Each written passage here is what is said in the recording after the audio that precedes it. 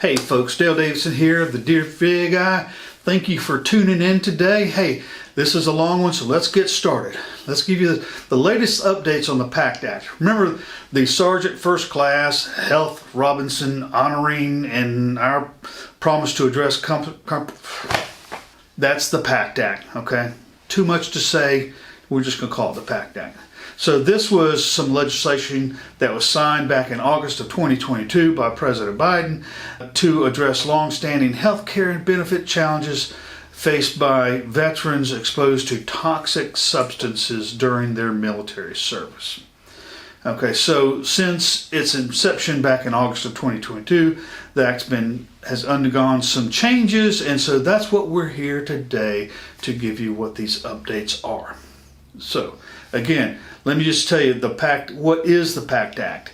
It's designed to provide comprehensive support for veterans who were exposed to toxic substances, including burn pits during the Persian Gulf Wars, and then Agent Orange if you were in Vietnam, Thailand, and some other places. We'll talk about that, and other hazards during their military services, such as carc paint. Okay? So this act expands the eligibility for VA health care, adds some new presumptive conditions, and simplifies the benefits application processes for you folks out there. Let's talk about the key provisions of the PACT Act. It expanded eligibility for VA health care. Veterans from the Vietnam, Gulf War, and post 9/11 era that were exposed to certain toxic substances are now eligible for VA benefits. So if you qualify, you don't have to apply for disability before accessing your health care, but you have to apply for the health care. There are now more than 20 presumptive conditions linked to toxic exposures, and I'm sure as medical science gets more comprehensive or improves more, that there'll be more links out there. But right now there's a little bit more than 20. So again, you don't have to prove nexus or direct service connection for these conditions. It's presumed, okay? Big benefit. There's a list of recognized locations and time frames for exposure to Agent Orange and other toxic substances, and that's been expanded, increasing the pool of eligible veterans. Pretty much if you're in Vietnam or any of the air bases in Thailand and Guam, Laos, and those places, okay?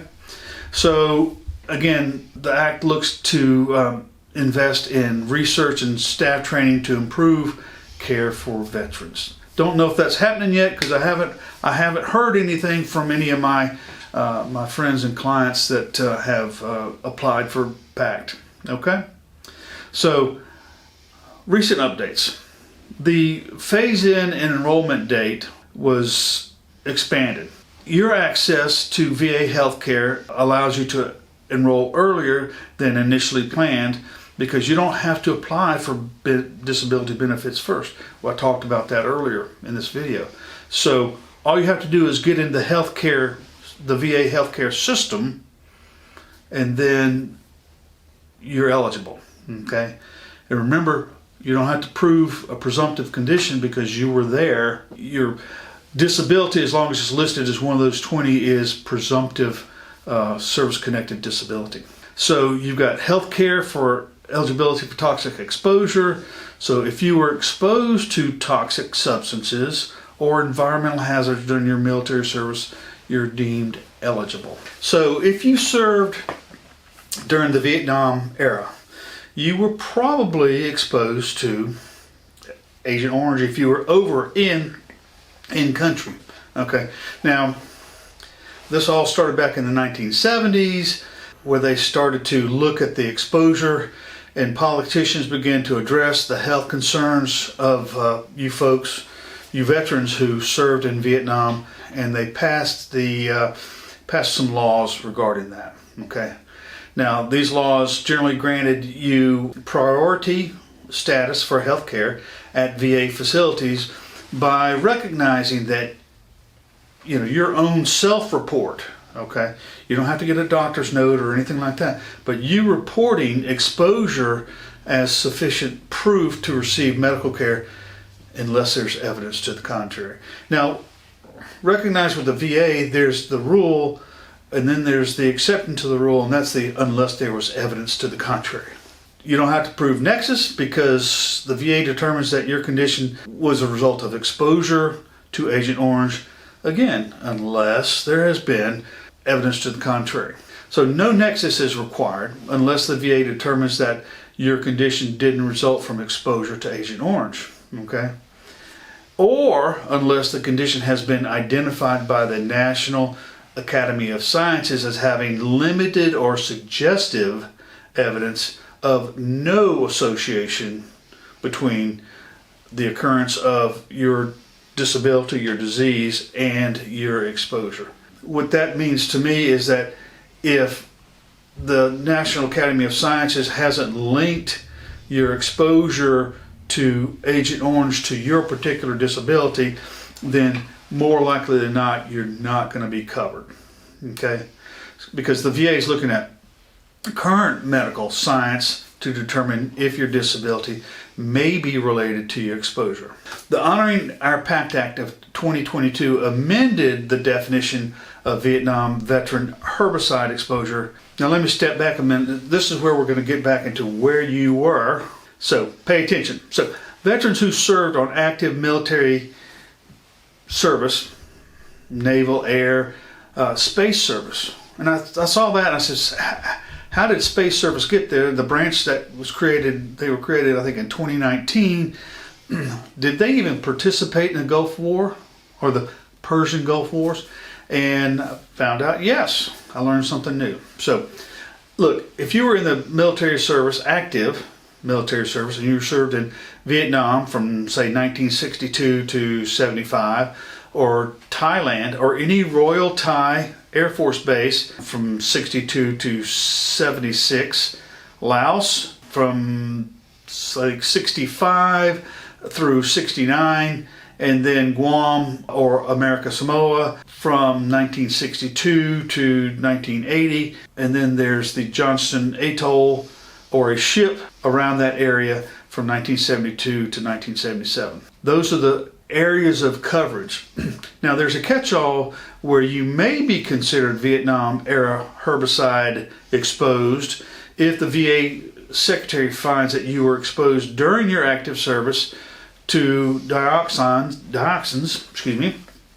during your service, regardless of the geographical area of such service. Okay, and so I'm thinking here that what about the planes that were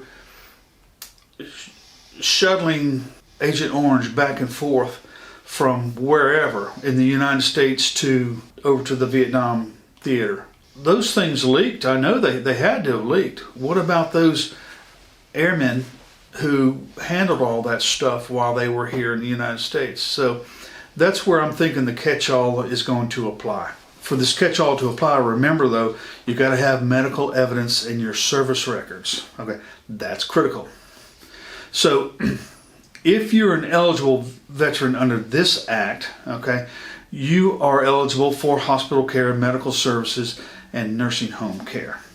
You don't have to pay any kind of co-pays, no third-party bills, anything like that for your hospital care, your medical services, nursing home care, or medications for this service, okay? So what happens if you're exposed by radiation? So back in 1981, Congress passed a new law.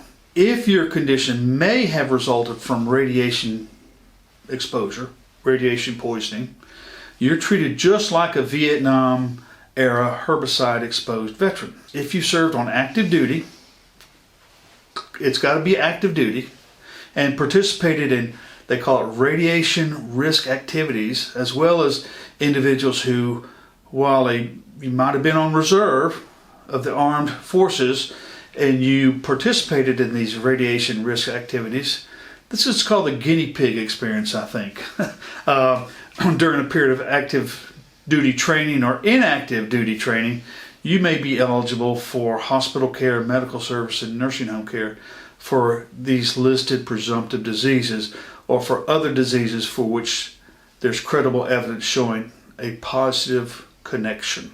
Just like the Vietnam era veterans, you don't have to pay co-payments or third-party bills for hospital care, medical services, nursing home care and medication prescribed to you. So the radiation risk activity includes veterans who took part in the cleanup of the Inatawak, can't pronounce it, atoll, back in 1977 through 1980. If you served in the cleanup of the B-52 bomber over Spain from 1966 to 1967, or you were involved in cleanup and decontamination efforts of the B-52 bomber in Thule, Greenland in 1968. So those are radiation risk activities that are included in this act. Again, radiation risk activities includes on-site participation in tests involving atmospheric detonations.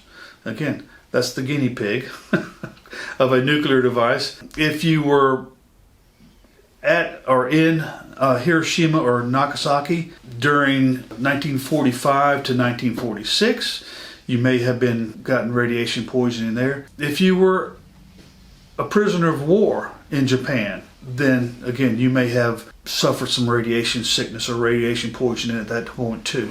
So the radiation, there's a lot of different moving parts to the radiation part, but just know that if you've got some kind of radiation exposure, that you're treated just like the Vietnam veterans' herbicide exposures. Okay. Now, moving forward, let's get to the Persian Gulf veterans. So if you're a veteran of the Persian Gulf War, you're entitled to health care for medical conditions that are related to toxic substances or environmental hazards, meaning burn pits, okay, during your active service in that theater. So if you served on active duty in the Persian theater from 1990 to 1998, you're eligible for hospital care, medical services, and nursing home care, unless there's insufficient evidence to conclude that such disability might be associated with your service. That's an exception to the rule. Again, no copays, not responsible for third-party billing, hospital care, things of that nature. So if you are a combat veteran, okay, you are entitled to enhanced benefits, so to speak. And this includes National Guard and Reserve components. If you served on active duty in a theater of combat operations during a period of war after the Persian Gulf War, you can enroll in VA health care during a 2-year period following your date of discharge and receive care. It was 2 years, it's now 5 years, okay? So that's a big benefit to combat veterans. Also, if you served in the Persian Gulf War and received the Armed Services Expeditionary Medal, the Service Specific Expeditionary Medal, Combat Era Specific Expeditionary Medal, Campaign Specific Medal, or other combat medal, you are eligible under this act for VA healthcare. There's a list of priorities with returning combat veterans, and they're assigned a priority 6 unless there's reasons not to, according to the VA. These priorities are quite confusing, so I'm going to do a video on them later, so just for right now, just take it that the combat veterans is a priority 6. Again, if you're a combat veteran, you're eligible for hospital care, medical services, nursing home care for your illnesses, unless medical evidence is insufficient to conclude that your disability is a result of your combat experience in the Persian Gulf. So that's the same way for everything. So what if you participated in Operation Shipboard Hazard and Defense Project 112 test? So between 1962 and 1973, the Department of Defense planned and conducted chemical and biological warfare tests in the Desert Test Center in Fort Douglas, Utah. Again, another one of these guinea pig tests, okay? The results were known as Project 112, and they included shipboard and landing-based testing. According to the DoD, these tests were designed to test ships' vulnerability involving any of these radiation, chemical, biological type tests, okay? So if you were involved in any of these tests, you may receive authorized hospital care, medical care, nursing home care for any illnesses that are resulting from your service and you're being the guinea pig in this instance. Again, no co-pays, no third-party bills for your hospital. You get your nursing home paid for and all that, and medications. But look, in all of these cases, remember that you don't have to apply for the benefits, apply for the disability, but you got to be enrolled in the VA healthcare system to receive all of these services that we've just discussed. So once you're enrolled, you're in the system and you don't have to reapply. It's kind of like the Hotel California. Okay? So let's talk a little bit about Camp Lejeune. We'll finish up Camp Lejeune. This law established a presumptive service connection for veterans.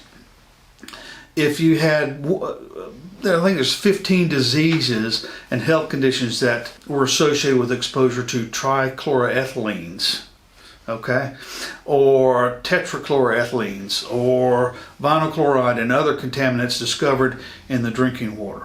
I guess what was happening is somebody in the service at the Marine base there was dumping chemicals out. I don't know how the water got so contaminated. But if you're a veteran and your family is covered also, and you worked and lived at Camp Lejeune for no less than 30 days from August of 1953 to December 1987, you're eligible for VA healthcare services under this law. Okay? So you and your family members can receive free health care for any of the 15 covered illnesses. Now, again, you must have been stationed there or traveled to Camp Lejeune as part of your professional duties. You must have served on active duty for at least 30 days. And you must have been there from, say, August of 1953 to December of 1987. So here are some of the covered illnesses: esophageal cancer, lung cancer, breast cancer, bladder cancer, kidney cancer, leukemia, multiple myeloma, myelodysplastic syndrome, renal toxicity, and there's female infertility, miscarriages, non-Hodgkin's lymphoma, and there's some others in there that I cannot pronounce. I apologize. That's a long list of things, updates to the PACT Act, but what do you need to do now? Okay? If you think you're eligible, or you think that your family might be eligible under the Camp Lejeune Act, check your eligibility. Go to the VA's PACT Act page to determine if you or your family members are eligible. By all means, enroll in the VA healthcare. If you're not eligible, they're going to let you know. Okay? File a claim. Submit a claim for any presumptive conditions to receive benefits. And don't forget, if you're going to file a claim for a presumptive condition, don't forget to file for secondary conditions to your presumptive condition, to your primary condition, okay? And then go ahead and schedule a toxic exposure screening and take advantage of those services from the VA. So, final thoughts on the PACT Act. It's a long time coming. I hope it's just the first step that our government takes to help you address your health challenges because of your service. Wow, folks, that was a long one. Thank you for staying with me to the very end. So, hey, check this video out, The Most Toxic Military Bases. It gives you a better understanding of exactly how the military has treated you as veterans and your spouses with respect to toxins. Until next time, you be blessed.